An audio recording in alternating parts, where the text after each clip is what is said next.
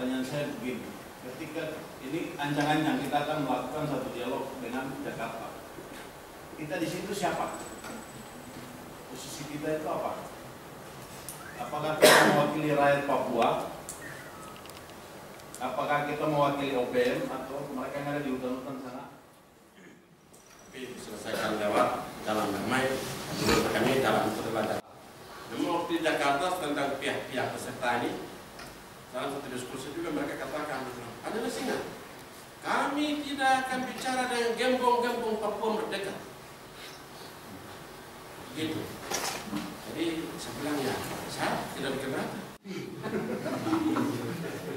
Saya hanya pikir bahwa kalau ada persoalan berarti dua pihak yang berkelahi ini yang adil. Jadi karena itu kan belum begitu, tapi kalau kamu anggap bahwa dengan ini tidak mau berarti ya dengan yang lain. Dan sesudah itu memperlihatkan kepada kami bahwa di Papua itu aman, damai.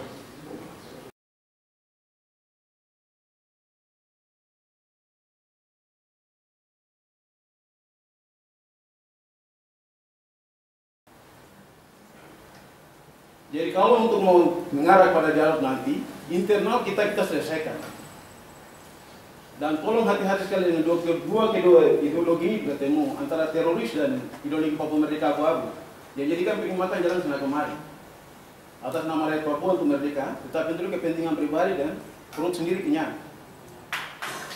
Dialog itu pertama-tama harus dilakukan antara orang Papua.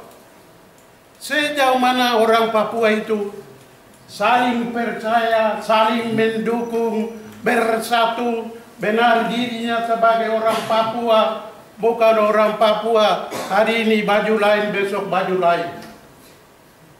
Tapi pakai seragam batik Papua yang sama. Dalam segala bidang.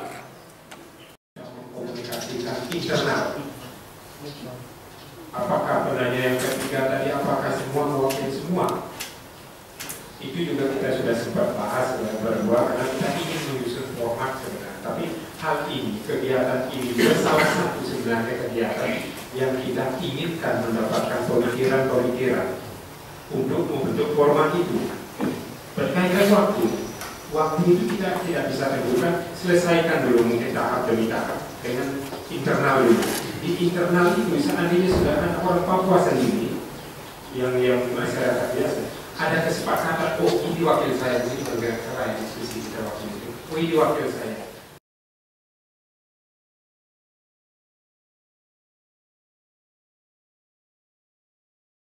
Masukan tentang konflik Papua itu patut lebih banyak mengkritisi tentang kekerasan, penembakan, konflik antara rakyat Papua dengan TNI.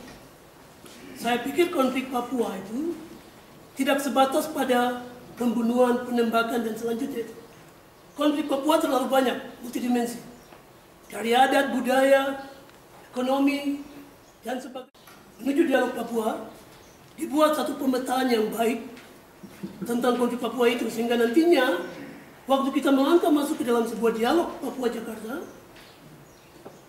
kita bisa pilih-pilih mana konflik yang kita mesti bawa atau isu konflik yang kita mesti bawa dalam dialog Jakarta-Papua nanti. Karena kalau semua berujung kepada konflik kekerasan, pembunuhan, saya pikir Jakarta akan pikir-pikir juga. Karena itu kan sepertinya membongkar kejahatan negara terhadap rakyatnya seperti itu. Jadi perlu ada semacam pemetaan yang cukup menyeluruh dan komprehensif terhadap konflik Papua itu sendiri. Di dalam buku ini, minta maaf saya belum baca semua tapi itu gambaran sedikit saya tentang 8 topik yang tadi saya baca di sini.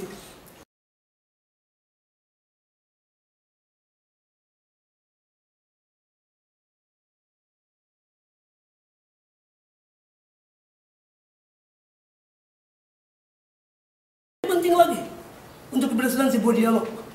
Yang pertama, ini paling pertama penting sekali, bargaining position. Posisi tawar-menawar dalam perundingan itu.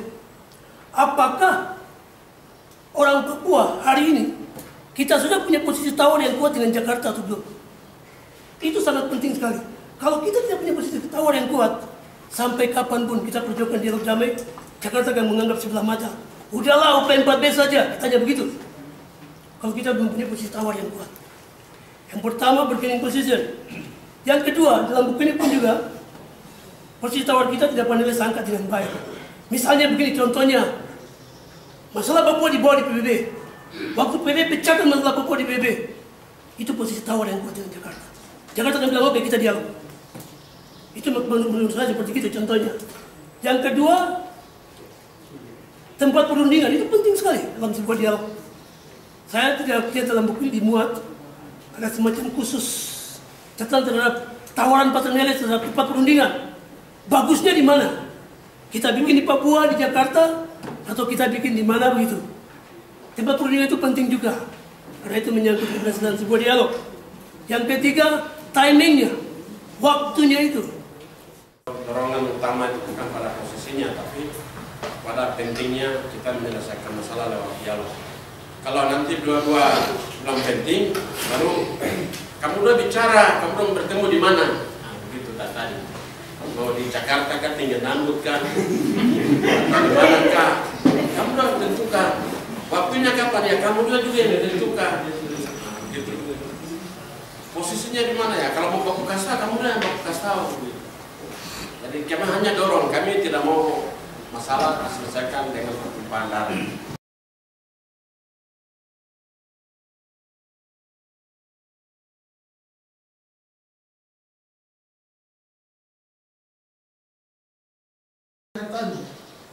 Justru sikap orang Papua untuk menerima saudara-saudara lain dari daerah lain di negeri ini belum pernah mendapat pengakuan dari negara. Orang Aborigin itu mereka mendapat pengakuan dari orang Australia, meskipun dalam perjalanan sejarah mereka tertinggal jauh. Tapi sebagai manusia itu orang-orang putih di sana buat One National Apology Day. Pemerintah Australia minta maaf kepada orang-orang Aborigin sebagai manusia. Kapan pemerintah Indonesia minta maaf kepada kami? Belum pernah. Kita sudah menjual semuanya. Apa yang tertinggal lagi? Yang tertinggal itu mungkin generasi sekarang yang ada tertinggal pikir-pikir Papua.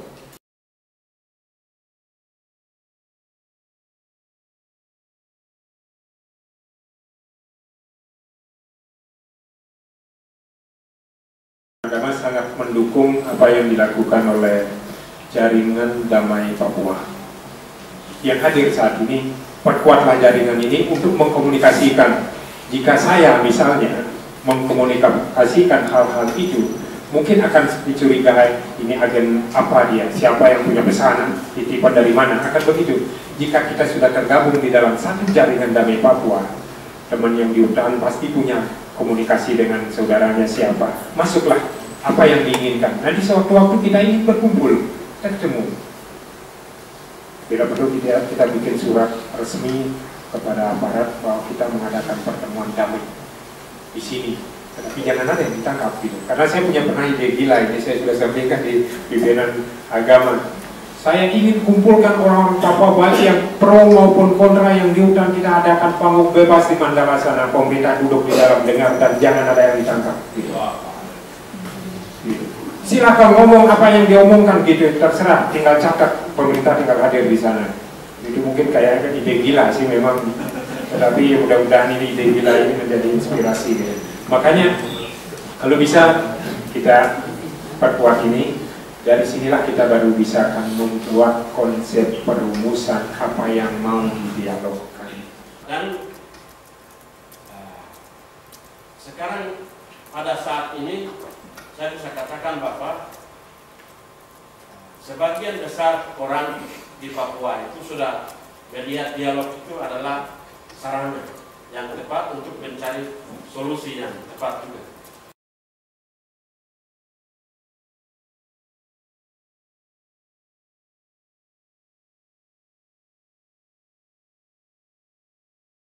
Yang pertama itu adalah iman. Jadi kepercayaan iman saya bahwa menurut Katolik, menurut Kristen, bahwa setiap orang diciptakan oleh Allah sesuai dengan gambarnya. Jadi entah dia itu apapun sukunya, rasnya, agamanya, apapun aspirasi politiknya, entah dimanapun dia hidup, dia diciptakan oleh Allah sebagai makhluk sosial. Di sana ruang untuk dialog itu sudah ada sesuai kontrak. Dia terbuka kepada sesama, dia juga terbuka kepada Allah yang menciptakan dia. Jadi dan karena dia diciptakan oleh Allah, sebagai manusia oleh Allah, maka manusia juga dilengkapi dengan akal budi, ada kehendak, ada kebijaksanaan, dilengkapi dengan kebebasan dan suara hati. Hitung-hitung semua ini adalah modal yang Tuhan beri kepada manusia, sehingga masalah apapun bisa diselesaikan tanpa kekerasan, karena lengkap, mau kurang apa lagi. Saya ingat bahwa bicara dulu, kita duduk bahas dulu di para itu ada. Jadi dialog ini bukan sesuatu yang asing bagi budaya-budaya di Papua. Ini sesuatu yang hidup dalam budaya-budaya di Papua. Jadi orang kalau ada masalah, biasanya orang kumpul bahas dulu, bicara dulu, dialog dulu. Dalam setiap suku itu pasti ada istilahnya. Orang itu dalam kemana jadi artinya bicara dulu. Jangan langsung angkat, mana angkat, kayak gua kan tidak. Bicara dulu. Ada yang ngomong, orang tak ada berdiri dulu, berbicara dulu. Dan itu bicara dulu, itu marah-marah. Nah ini sudah bagian dari budaya Papua. Nah karena itu sudah bagian dari budaya Papua, maka ketika kita bicara tentang dialog ini bukan sesuatu yang asing, sesuatu yang sejalan dengan budaya Papua. Begitu. Nah itu juga yang menurut saya, ketika orang bilang, Papua ini yang ketika bukan mungkin mereka dalam masyarakat, tidak, kami punya ada. Kami bicara dulu. Perang itu nanti lagi kalau semua dalam dialog ini bicara begitu kemungkinan ada bahwa perang. Jalan yang paling terakhir. Kalau yang dalam dialog musyawarah itu tidak berhasil. Nah, jadi karena dua hal ini sebagai anak-anak, dialog itu bagian dari budaya Papua. Terus sebagai orang yang beriman, dialog ini juga adalah kehendak Allah dan sesuai dengan kodrat manusia. Maka saya sungguh percaya bahwa dialog ini akan terjadi. Dua hal ini